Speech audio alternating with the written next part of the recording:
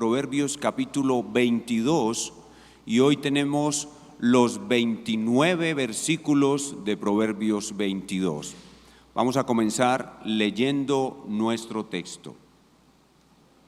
Proverbios 22 del 1 al 29, así dice el Señor: de más estima es el buen nombre que las muchas riquezas, y la buena fama más que la plata y el oro.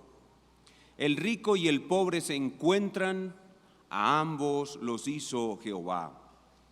El avisado ve el mal y se esconde, mas los simples pasan y reciben el daño. Riquezas, honra y vida son la remuneración de la humildad y del temor de Jehová. Espinos y lazos hay en el camino del perverso. El que guarda su alma se alejará de ellos. Instruye al niño en su camino, y aun cuando fuere viejo, no se apartará de él. El rico se enseñorea de los pobres, y el que toma prestado es siervo del que presta. El que sembrare iniquidad, iniquidad segará, y la vara de su insolencia se quebrará. El ojo misericordioso será bendito, porque dio de su pan al indigente.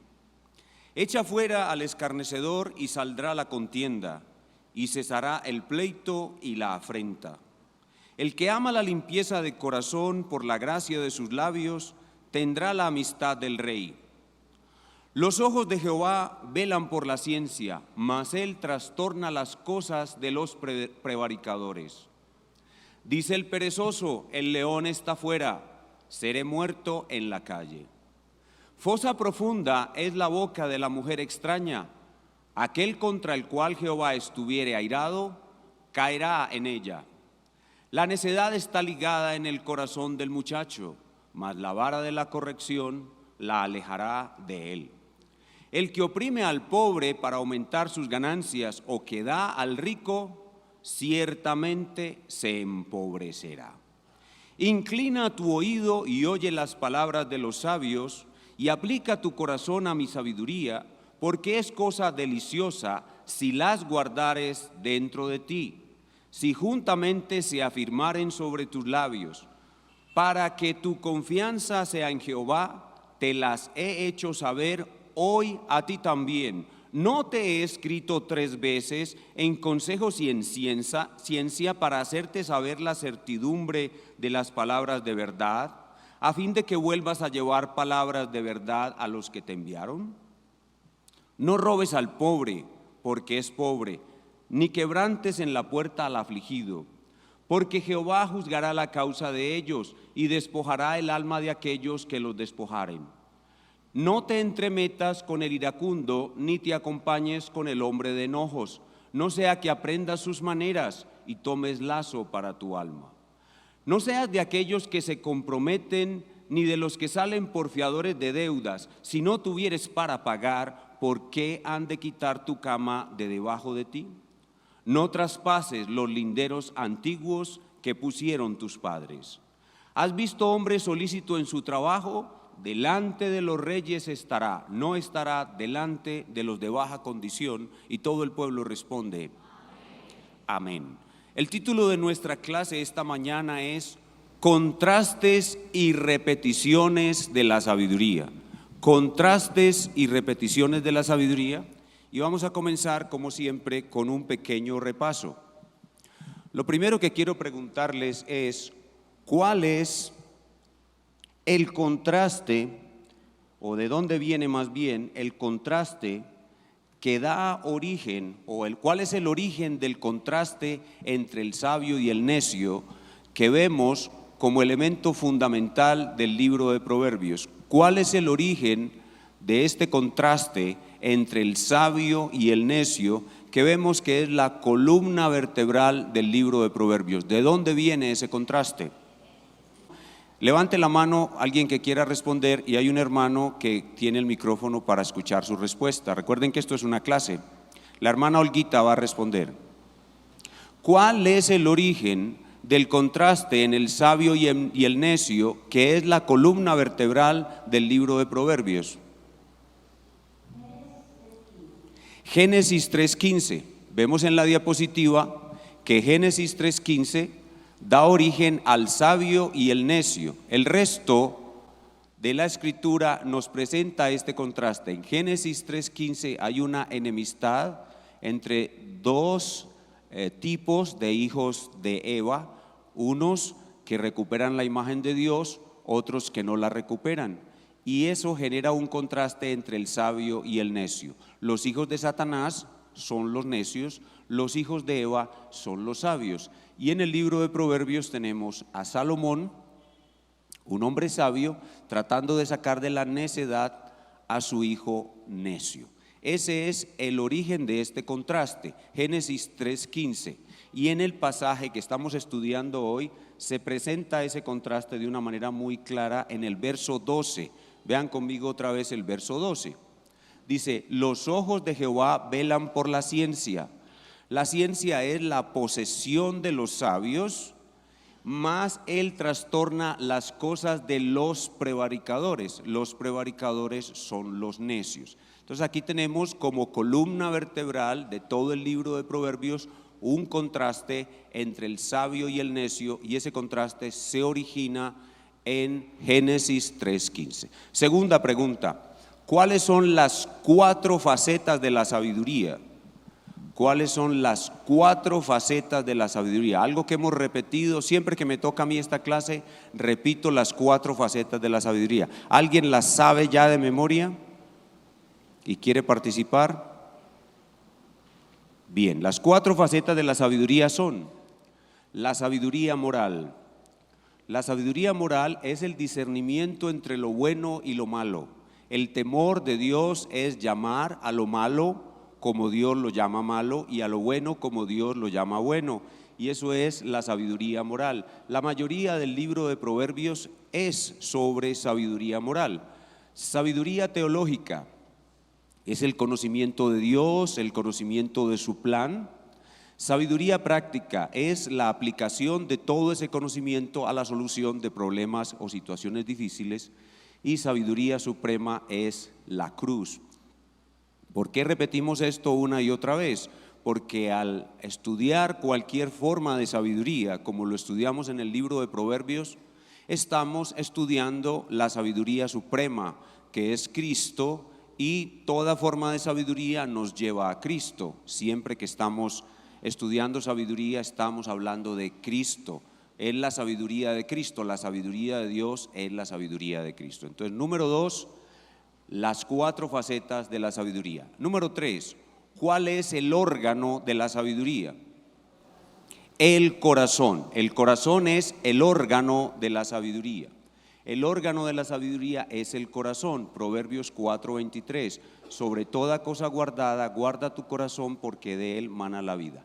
Hacerse sabio consiste en transformar nuestro corazón. Nuestro principal trabajo en esta vida debe ser transformar nuestro propio corazón. El pasaje que nos ocupa hoy tiene 2 menciones especiales a este elemento de la transformación del corazón. El verso 11: el que ama la limpieza de corazón. Ser sabio es ser cada vez más limpio de corazón. Por la gracia de sus labios tendrá la amistad del rey. Verso 17: inclina tu oído y oye las palabras de los sabios y aplica tu corazón a mi sabiduría. La sabiduría consiste en la transformación del corazón. Número 3, ¿cuál es el principal obstáculo para adquirir sabiduría? El orgullo. Por lo menos esto lo han aprendido de memoria. El principal obstáculo para adquirir sabiduría siempre es el orgullo. Nuestro pasaje, el que estamos viendo en el día de hoy, tiene un versículo sobre este tema. Veamos el versículo 4. Dice: riquezas, honra y vida son la remuneración de la humildad. En el libro de Proverbios se presentan contrastes. Ahorita hablamos del contraste entre el sabio y el necio, y de ese contraste se presenta un contraste entre el orgullo y la humildad. Ser sabio es ser cada vez más humilde. Ser sabio es ser cada vez más humilde. Así que en la sabiduría se produce un cambio en nuestro corazón. Hoy tenemos una pregunta adicional. ¿Cuál es la principal estrategia didáctica de la sabiduría? ¿Cuál es la principal estrategia didáctica de la sabiduría? La principal estrategia didáctica de la sabiduría es la repetición. La principal estrategia didáctica de la sabiduría es la repetición. Así que hoy, los que han estado en toda esta serie, nos han acompañado en todas las clases, han ido con nosotros en Proverbios capítulo tras capítulo, se han dado cuenta de que cada capítulo siguiente hay repetición. Hoy entonces continuaremos repitiendo. ¿Por qué? Porque la estrategia principal de la sabiduría es la repetición. Y hoy vamos a ver varias repeticiones y varios contrastes, como hemos titulado la clase Contrastes y repeticiones de la sabiduría. Vamos a ver varias repeticiones y varios contrastes. Empecemos con la primera repetición que hay en nuestro capítulo. Es la repetición de la invitación de la sabiduría. En los primeros capítulos del libro de Proverbios estudiamos esta invitación de la sabiduría. La sabiduría invita al necio a adquirir sabiduría y la sabiduría invita al sabio a adquirir más sabiduría. Y en nuestro pasaje nos encontramos otra vez con esa invitación de la sabiduría. Repite la invitación de la sabiduría. Vean conmigo el verso 17 al verso 21. Dice: inclina tu oído y oye las palabras de los sabios y aplica tu corazón a mi sabiduría, porque es cosa deliciosa si las guardares dentro de ti, si juntamente se afirmaren sobre tus labios, para que tu confianza sea en Jehová. Te las he hecho saber hoy a ti también. Entonces, esta sección es una repetición de lo que está al principio. Pero noten cómo en el verso siguiente se habla de una repetición incluso por escrito, una repetición verbal, oral, y también una repetición por escrito. Noten el verso 20. ¿No te he escrito 3 veces? ¿No te he escrito 3 veces? Luego, la estrategia principal de la sabiduría es la repetición. ¿No te he escrito 3 veces en consejos y en ciencia, para hacerte saber la certidumbre de las palabras de verdad, a fin de que vuelvas a llevar palabras de verdad a los que te enviaron? Aquí el sabio está suponiendo que está hablando con un mensajero, el cual le está haciendo una pregunta que requiere una respuesta sabia, y el sabio le responde con repeticiones para hacer que ese mensajero regrese a los que lo enviaron cargado de sabiduría. ¿Cuál es entonces la estrategia principal de la sabiduría? Es la repetición. La primera repetición que vemos hoy es la invitación de la sabiduría. Pero en segundo lugar vamos a ver otra repetición. Y en esta repetición también se van a presentar algunos contrastes. Por eso hemos titulado la clase Contrastes y repeticiones. La segunda repetición que hace hoy la sabiduría es los beneficios de la sabiduría. Recuerden que cuando comenzamos el estudio del libro de Proverbios, en los primeros capítulos, en los primeros 10 capítulos, una y otra vez Salomón nos contaba de los beneficios de la sabiduría. Bueno, aquí aparecen de nuevo esos beneficios, y es que es muy importante que nosotros sepamos qué tan beneficioso es hacer lo bueno y qué tan perjudicial es hacer lo malo, y por eso la sabiduría nos repite eso una y otra vez. En primer lugar, los beneficios de la sabiduría. Versículo 1, primer beneficio: el buen nombre. Versículo 1: de más estima es el buen nombre que las muchas riquezas, y la buena fama más que la plata y el oro.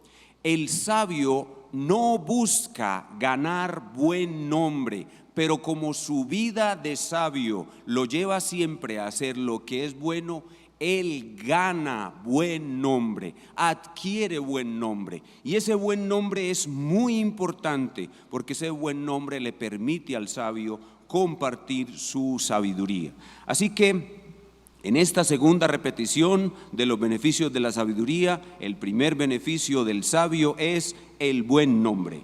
El segundo beneficio es que el sabio puede evadir el mal. Versículo 3. El avisado ve el mal, la palabra avisado se refiere al mismo sabio. El avisado ve el mal y se esconde, mas los simples pasan y reciben el daño. El avisado ve venir el mal no porque conozca el futuro, sino porque él sabe la diferencia entre lo bueno y lo malo y sabe las consecuencias que trae lo malo. Y al ver que la maldad se está ejecutando, él sabe que esa maldad va a acarrear cosas malas. Y así se aleja del mal y entonces él se aparta de las consecuencias del mal, mientras que los que hacen el mal reciben el daño. De esa manera, el sabio evade el mal. El verso 5 es muy similar. Verso 5: espinos y lazos hay en el camino del perverso.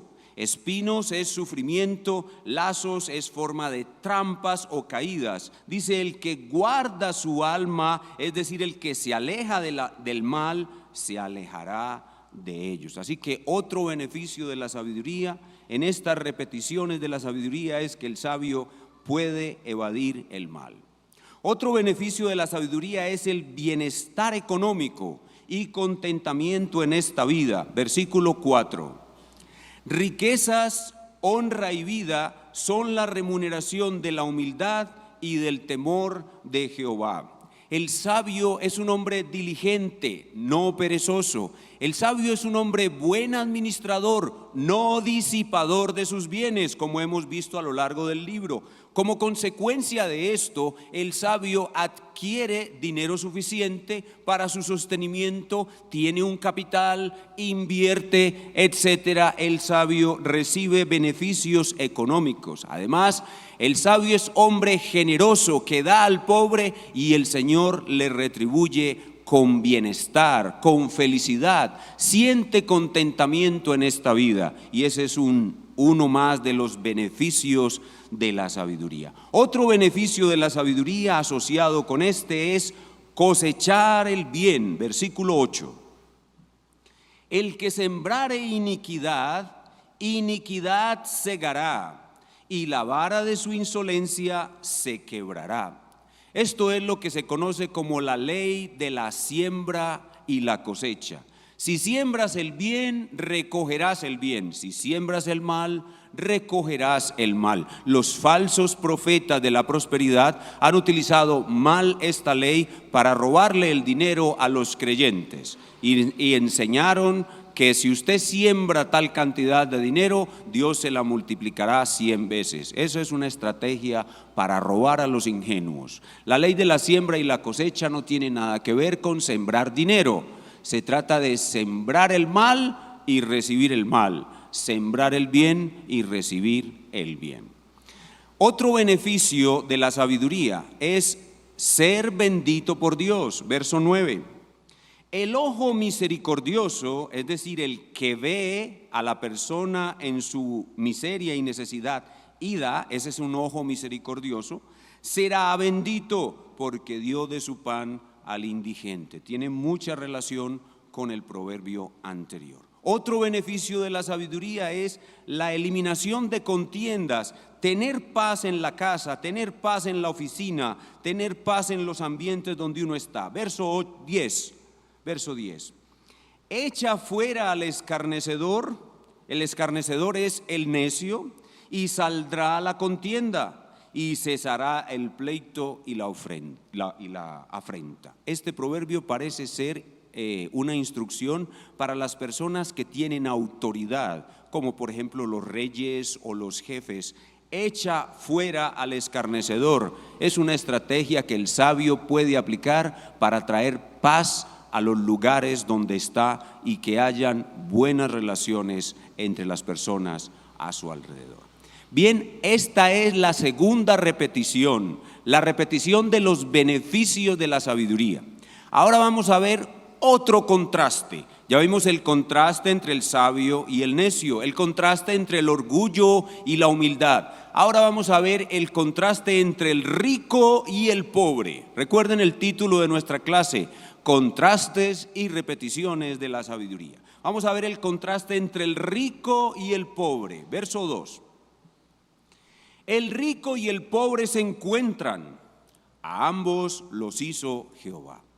El rico y el pobre parecen muy lejanos, pero tienen puntos de encuentro en los cuales ellos son iguales. El rico y el pobre son iguales a la hora de la muerte. El rico y el pobre son iguales en la iglesia. Es más, es posible ver en la iglesia a un rico sirviéndole al pobre. El rico y el pobre son iguales en el cielo. La providencia de Dios fue el que hizo a uno rico y al otro pobre, y parecen muy lejanos. A ambos los hizo Dios, y hay momentos en los cuales ellos se encuentran. Versículo 7, continúa el contraste entre el rico y el pobre. Verso 7, el rico se enseñorea de los pobres, y el que toma prestado es siervo del que presta. El proverbio simplemente nos está mostrando la realidad de una sociedad pecaminosa.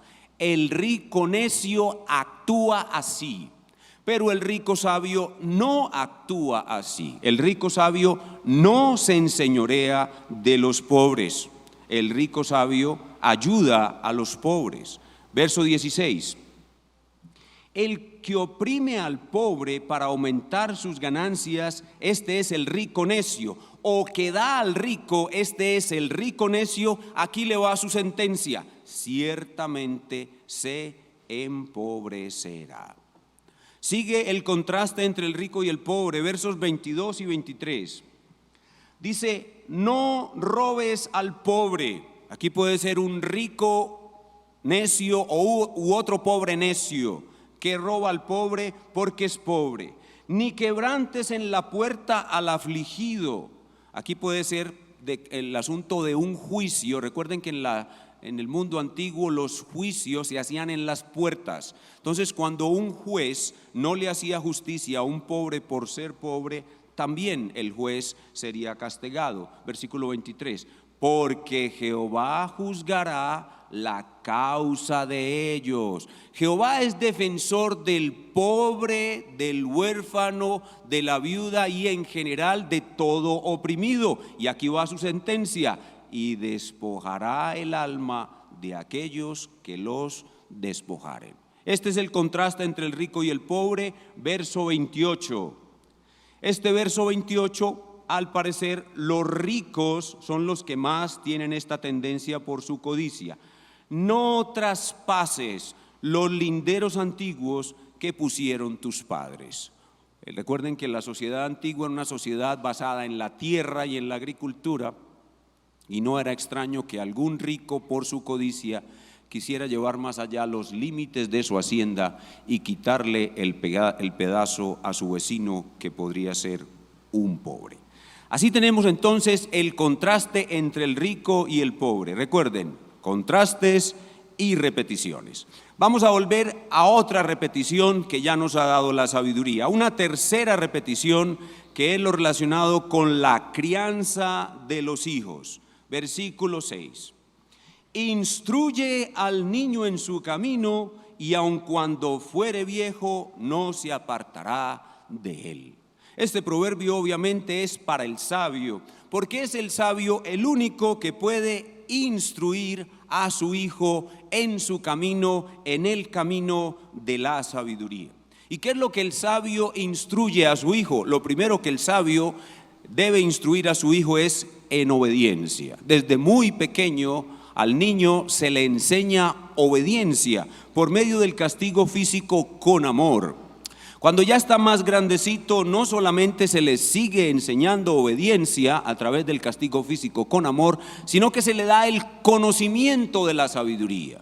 Ya su mente es más capacitada para entender el razonamiento, y puede ser instruido en la sabiduría moral, puede ser instruido en la sabiduría teológica, puede ser enseñado en la sabiduría suprema, que es la obra de la cruz, y el niño va año tras año, siendo instruido en obediencia, siendo instruido en el conocimiento de Dios, de su sabiduría, de la cruz, y siendo instruido con el ejemplo de sus padres. ¿Y cuál es el resultado? El resultado depende de la gracia de Dios. Dice el proverbio, si la gracia de Dios actúa sobre este niño, dice, cuando fuere viejo, no se apartará de ese camino en el cual tú lo has instruido. No se apartará de la sabiduría si la gracia de Dios salva a ese niño. Continúa la repetición en la crianza de los hijos, muy relacionada con el anterior, en el verso 15.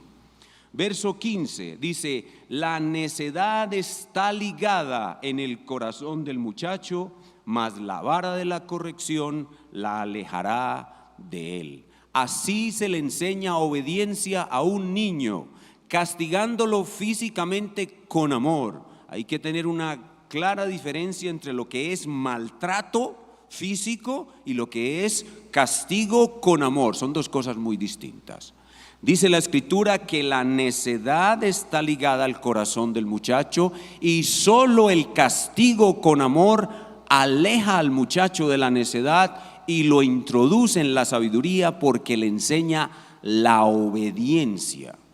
Al niño no se le enseña tanto obediencia con palabras, se le enseña con castigo, castigo con amor. Es el maestro de la obediencia para el niño. A medida que el niño va creciendo, se le puede hablar más. Cuando está más pequeñito, no se le habla, se le castiga con amor. Cuando está más grandecito, se le habla y se le castiga con amor, y así se va quitando de su corazón la necedad y se va introduciendo la obediencia. Seguimos con las repeticiones. Recuerden, contrastes y repeticiones. Ahora vamos a una cuarta repetición y es lo relacionado con la ira. Versículos 24 y 25. No te entremetas con el iracundo, ni te acompañes con el hombre de enojos, no sea que aprendas sus maneras y tomes lazo para tu alma. Ahí está la enseñanza sobre la ira. Hermanos, la ira es un gran enemigo de la sabiduría. Ser sabio es ser humilde. Ser necio es ser orgulloso.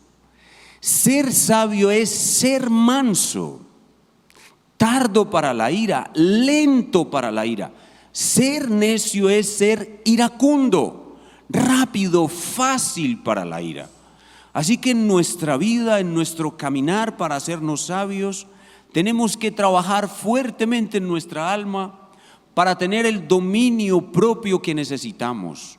Necesitamos ser mansos. Nuestro Señor Jesús nos dice, aprended de mí que soy manso y humilde. Nuestro Señor Jesús es la encarnación de la sabiduría y nadie era tan manso como Él.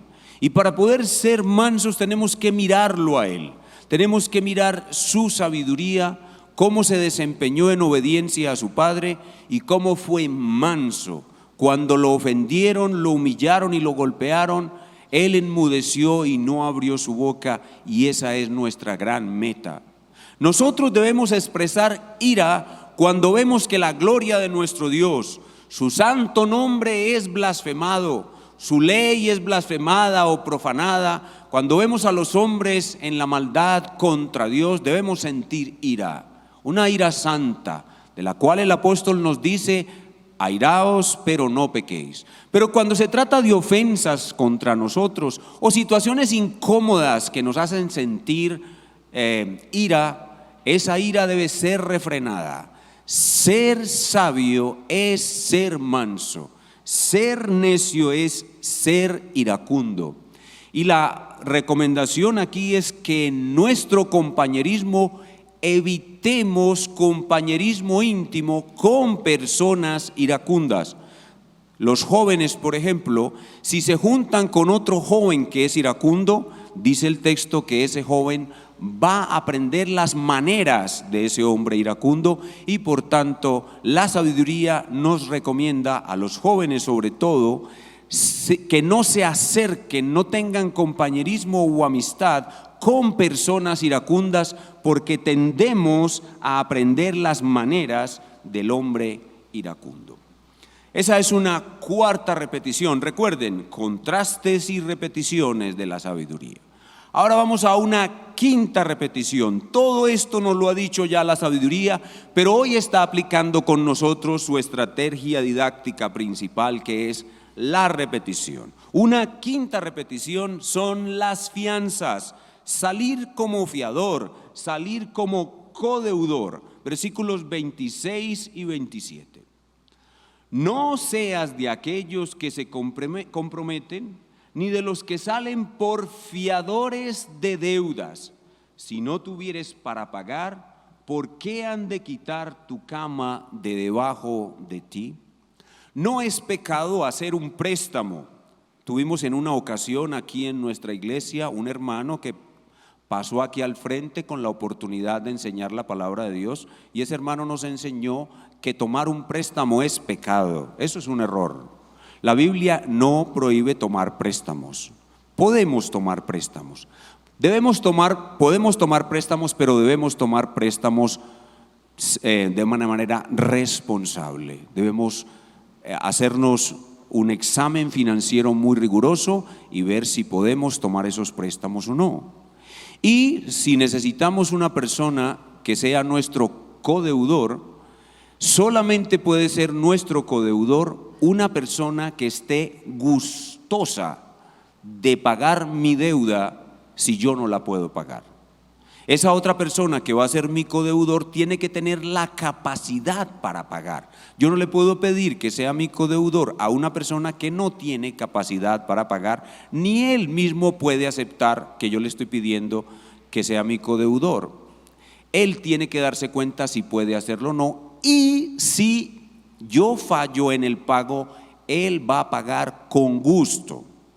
Si yo salgo por codeudor de alguien, yo tengo que tener capacidad para pagar cuando él falle, y tengo que tener el amor de pagar con gusto la deuda de él, y en ese caso puedo ser su codeudor.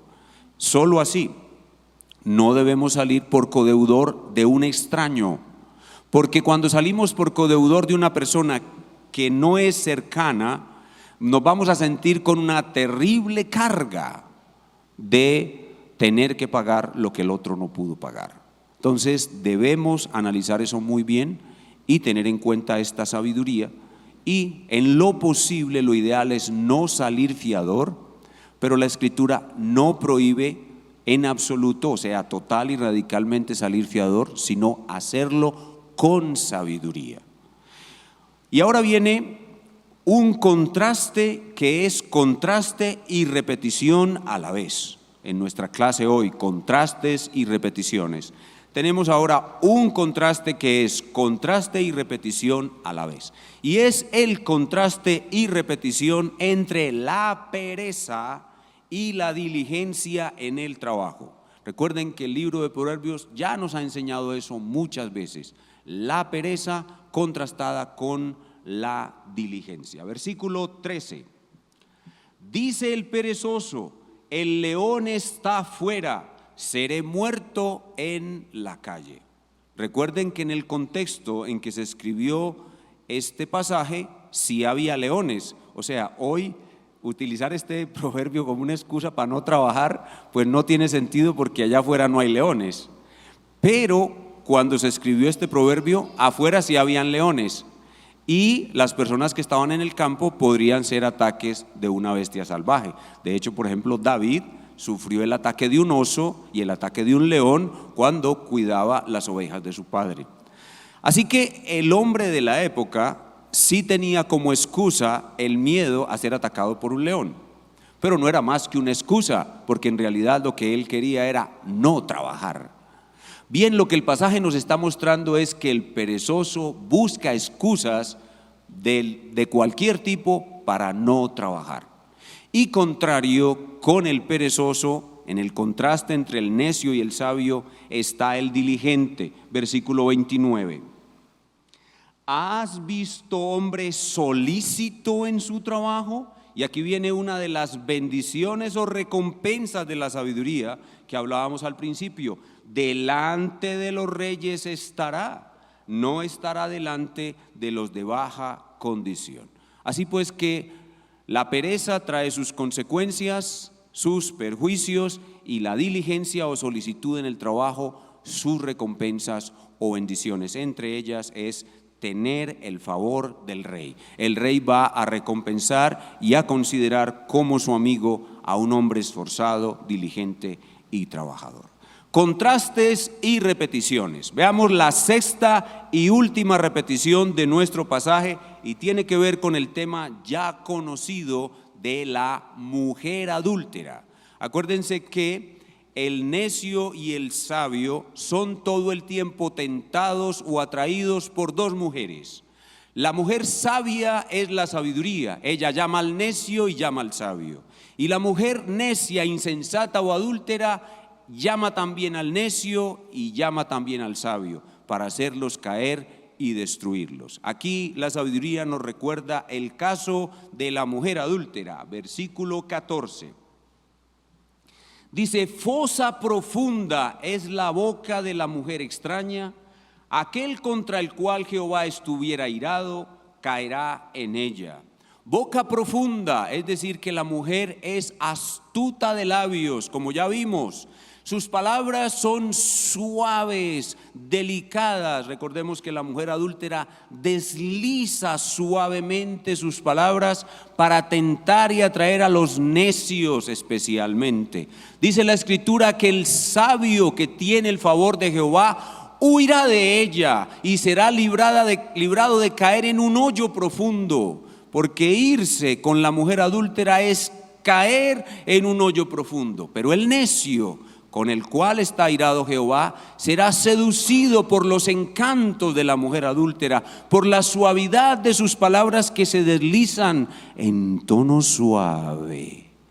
Y ahí caerá en el hoyo profundo, en el hoyo del pecado con la mujer adúltera, mas el sabio será librado. Esto es, de una manera rápida, ustedes entenderán que son 29 versículos y no podemos hacer un estudio profundo de cada uno de ellos, sino una mención rápida de su contenido. Pero de manera especial, en el día de hoy, mostrar que la sabiduría nos enseña por contrastes y mantener esos contrastes en la mente. El contraste entre el sabio y el necio, que es la columna vertebral de Proverbios y que viene desde Génesis 3:15. El contraste entre el orgullo y la humildad. Ser sabio es destruir el orgullo y ser humilde. El contraste entre el rico y el pobre. Evitar la injusticia que se comete con los pobres. Si Dios te ha hecho rico, que seas un rico sabio. Y si Dios te ha hecho pobre, que también andes en sabiduría a pesar de tu dificultad económica. El contraste entre el perezoso y el diligente. Que no se vea entre sabios la pereza, porque la Escritura dice que el que no quiere trabajar, que no coma. Y las repeticiones de la sabiduría. La sabiduría repite su invitación, incluso te la hace por escrito 3 veces. La sabiduría repite para ti los beneficios que te da ser sabio. Tendrás buen nombre, podrás evadir el mal, tendrás bienestar económico, contentamiento en esta vida, cosecharás el bien, serás bendito de Jehová y a tu lado podrás eliminar al hombre contencioso y tendrás paz. Tus niños recibirán la gracia de ser instruidos en la sabiduría y si la soberanía de Dios así lo quiere, tus niños serán hombres y mujeres que anden sin apartarse del camino de Jehová toda su vida. Podrás mortificar la ira y ser un hombre manso como nuestro Señor Jesucristo. Tendrás la sabiduría financiera, si es posible, ayudar a alguien y ser fiador y pagar y ayudar a alguien, lo harás, si no evitarás ese incómodo problema de tener que pagar por haber salido fiador.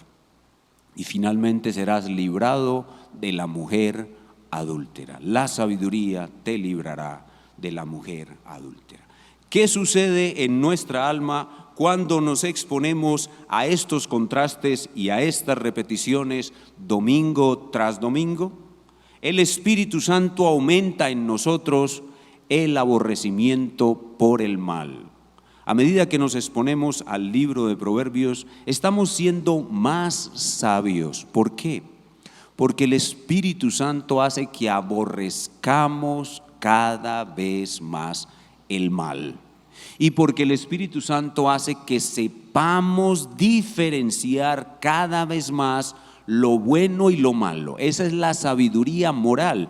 Y al estudiar diligentemente Proverbios, capítulo tras capítulo, versículo tras versículo, aumenta tu aborrecimiento del mal y aumenta tu aprecio por el bien y aumenta tu discernimiento, tu capacidad de distinguir entre lo bueno y lo malo, y serás cada vez más alejado del mal y acercado a lo bueno. Te convertirás cada vez más en un hombre sabio y adquirirás buen nombre. Buen nombre, versículo 1, de más estima es el buen nombre que las muchas riquezas, y la buena fama más que la plata y el oro. Y ese buen nombre nos abre la puerta para hacer lo que más debemos hacer, y es hablar de la sabiduría suprema. Cristo, la sabiduría suprema, el Dios todopoderoso en su plan perfecto, incluyó el mal en este mundo, pero se propuso destruir el mal por medio de la cruz. Cristo en la cruz es la sabiduría suprema de Dios, destruyendo el mal para autoglorificarse y para nuestro bien. Podemos, a causa del buen nombre que nos da la sabiduría, ser escuchados por los hombres necios acerca de la sabiduría suprema, y quizás podamos lograr lo más grande que sucede en esta vida, y es sacar un alma perdida del infierno y llevarlo a la gloria y la salvación de Cristo. Eso es sabio entre los sabios y es lo mejor que nosotros podemos llegar a ser. Que Dios aumente nuestra sabiduría mientras continuamos diligentemente estudiando el libro de Proverbios, capítulo por capítulo, versículo por versículo, como debe ser. Inclinemos nuestro rostro para orar y darle gracias a nuestro Dios.